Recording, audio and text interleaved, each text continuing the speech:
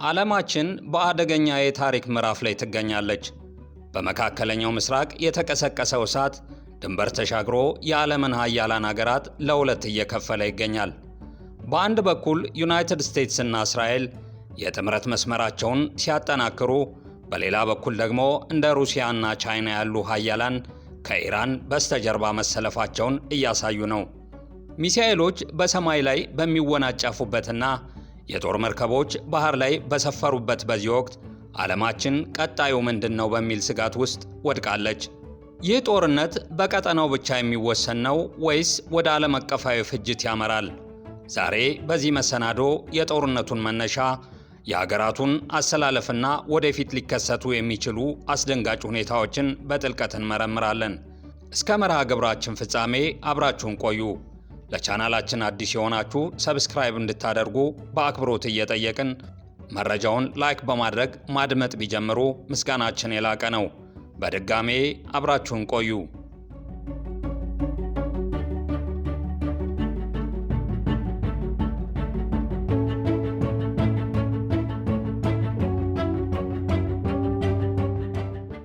ማን ዩናይትድ ስቴትስንና እስራኤልን ይደግፋል?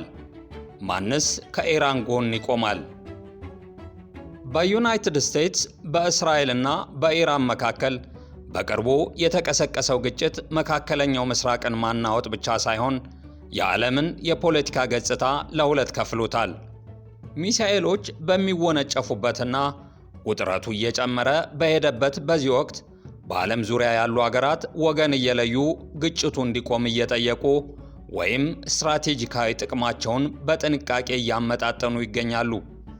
ይህ ቀጠናዊ ግጭት ብቻ አይደለም፣ ይልቁንም ሀገራት ጎራ ለይተው በመሰለፍ ወደ መጠፋፋት የሚያመሩበት ዓለም አቀፋዊ ክስተት ሆኗል። ለመሆኑ ከዓለም ሀገራት ውስጥ የትኛው ከየትኛው ይወግናል?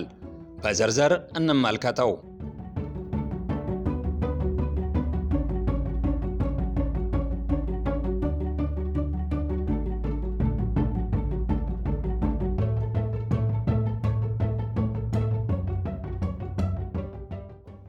ዋናው ጥምረት የዩናይትድ ስቴትስ እና እስራኤል ነው። የግጭቱ ማዕከል የረጅም ጊዜ ወዳጆች የሆኑት ዩናይትድ ስቴትስ እና እስራኤል ናቸው። ዩናይትድ ስቴትስ ኢራንን በመካከለኛው ምስራቅ እንደ ጸጥታ አደፍራሽ ኃይል ትመለከታታለች። በተለይም በኒውክሊየር ፍላጎቷና እስራኤልን ለሚቃወሙ የታጠቁ ቡድኖች የምታደርገውን ድጋፍ በማሳያነት ትጠቀማለች። እስራኤል በበኩሏ የኢራንን የሚሳኤል ልማትና ጸረ እስራኤል ንግግሮች በመጥቀስ ቴህራንን ዋነኛ ብሔራዊ የደህንነት ስጋቱ አድርጋ ትቆጥራታለች። ዋሽንግተንና ኢየሩሳሌም በጋራ በመሆን ኢራን በቀጠናው የምታደርገውን ተጽዕኖ ለመግታት ወታደራዊ ጫና አስፈላጊ ነው ብለው ይከራከራሉ። በርካታ ሀገራት በተለይም ምዕራባውያን ዲሞክራሲያዊ ሀገሮችና የዩናይትድ ስቴትስ የቅርብ ወዳጆች ለአሜሪካ እስራኤል አቋም ፖለቲካዊ ወይም ዲፕሎማሲያዊ ድጋፋቸውን ገልጸዋል። በሰሜን አሜሪካ ካናዳ ስለ ኢራን የኒውክሌር መርሃ ግብር የአሜሪካን ስጋት አስተጋብታለች። በፓሲፊክ ቀጠና አውስትራሊያና ኒውዚላንድ ከዋሽንግተን አቋም በመሰለፍ የደህንነት አጋርነትና የጋራ ዲሞክራሲያዊ እሴቶችን አጽንኦት ሰጥተዋል። በአውሮፓ አብዛኛው ድጋፍ ለዩናይትድ ስቴትስ ነው። ፈረንሳይና ጀርመን ግጭቱ እንዳይባባስ ቢያሳስቡም በኢራን የኒውክሌር እንቅስቃሴ ላይ ያላቸውን ስጋት ገልጸዋል። የአሜሪካ የሁልጊዜ አጋር የነበረችው ዩናይትድ ኪንግደም ደግሞ በጠቅላይ ሚኒስትር ኬር ስታርመር በኩል መንግሥት በግጭቱ ላይ የያዘውን አቋም ጥንቃቄ የተሞላበት እንደሆነ ገልጻለች። እንግሊዝ፣ አሜሪካና እስራኤል በኢራን ላይ የከፈቱትን የመጀመሪያ ጥቃት አልተቀላቀለችም። ጠቅላይ ሚኒስቴሩ በአየር ጥቃት የሚደረግ የመንግሥት ለውጥ አናምንም በማለት በኢራን ላይ የሚሰነዘሩ ጥቃቶችን ለመደገፍ መጀመሪያ ላይ ፈቃደኛ አልነበሩም። ዘግየት ብሎ ግን ኢራን በወሰደችው የአጸፋ እርምጃ በቆጵሮስ የሚገኘውን የእንግሊዝ ጦር ሰፈር በድሮን ከደበደበች በኋላ እንግሊዝ አቋሟን ለውጣለች። አሁን አሜሪካ በእንግሊዝ ግዛት ውስጥ የሚገኙትን አርኤኤፍ፣ ፌርፎርድ እና ዴጎ ጋርሻ የተባሉ የጦር ሰፈሮችን ለመከላከል ሥራ ብቻ እንድትጠቀም ፈቅዳለች። ይሁን እንጂ እንግሊዝ ለጥቃቱ የጦር ሰፈሮቿን ለመፍቀድ 3 እና 4 ቀናት መፍጀቷ ትራምፕን አስቆጥቷል። እንግሊዝ በጣም ትብብር እየነፈገች ነው ሲሉም ተደምጠዋል። በእስያ ታይዋን ለዩናይትድ ስቴትስ እና ለእስራኤል ፖለቲካዊ ድጋፍ ሰጥታለች። ይህም በከፊል የራሷን ደህንነት በአሜሪካ ላይ መመስረቷን ያሳያል። በምስራቅ አውሮፓ አልባንያና ሮማንያን ጨምሮ አንዳንድ አገራት ለዋሽንግተን ያላቸውን አጋርነት ገልጸዋል። በአጠቃላይ ዩናይትድ ስቴትስንና እስራኤልን የሚደግፉ ሀገራት ከምዕራባውያን የደህንነት ጥምረት ጋር የተቆራኙ ወይም በአሜሪካ ወታደራዊ ትብብር ላይ ጥገኛ የሆኑ ናቸው። በተቃራኒው ወገን ደግሞ ኢራንን የሚደግፉ ወይም የአሜሪካ እስራኤልን እርምጃ የሚቃወሙ፣ የምዕራባውያንን ወታደራዊ ጣልቃ ገብነት የሚቃወሙና ሉዓላዊነትን የሚያስቀድሙ ዋና ዋና ሀያላን ይገኛሉ። ቻይና የዩናይትድ ስቴትስንና የእስራኤልን ወታደራዊ ጥምረት አጥብቃ በመተቸት በአስቸኳይ የተኩስ አቁምና ድርድር እንዲደረግ ጥሪ አቅርባለች።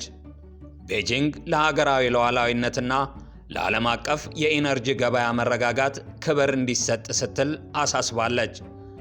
ሩሲያ የምዕራባውያን ጥቃት በማውገዝ ራሷን የብዙ ዋልታ ወይም መልቲፖላር የዓለም ኃይል ተሟጋች አድርጋ በመሾም የአሜሪካን የበላይነት እየተቃወመች ትገኛለች።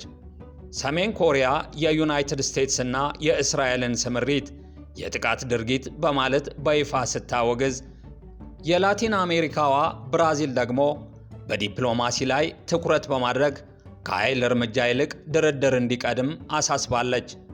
በመካከለኛው ምስራቅ ውስጥ ያለው አቋም ውስብስብ ነው። እንደ ሳውዲ አረቢያ፣ የተባበሩት አረብ ኤምሬትስና ኳታር ያሉ የባሕረ ሰላጤው ሀገራት ታሪካዊ የኢራን ተቃዋሚዎች ቢሆኑም ቀጥተኛ ግጭት ግን አይፈልጉም።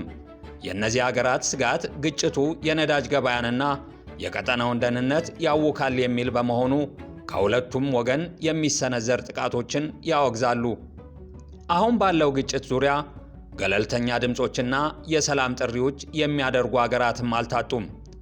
በርካታ ሀገራት ወገንተኛ አለመሆንን መርጠዋል። እንደ ህንድና ደቡብ አፍሪካ ያሉ ሀገራት ከሁለቱም ወገኖች ጋር ያላቸውን ዲፕሎማሲያዊና ኢኮኖሚያዊ ግንኙነት ለመጠበቅ ሲሉ በሁለቱም በኩል ራስን የመግታት እርምጃ እንዲወሰድና ውይይት እንዲደረግ ጥሪ አቅርበዋል። የገለልተኛ ሀገራት የጋራ ፍላጎት ቀላል ነው፤ የዓለም ንግድን፣ የኢነርጂ አቅርቦትንና የፋይናንስ ገበያውን ሊያናጋ የሚችል ሰፊ ጦርነት ማስወገድ። ጦርነቱ በቀጠለ ቁጥር ዓለም እንደተከፋፈለች ትቆያለች። ዩናይትድ ስቴትስና እስራኤል ፖለቲካዊ ድጋፍ የሚያገኙት በዋናነት ከምዕራባውያን አገሮችና ከቅርብ የደህንነት ወዳጆች ነው። ኢራን ደግሞ እንደ ቻይናና ሩሲያ ካሉ ሀያላን አገራት ዲፕሎማሲያዊ አጋርነት ታገኛለች።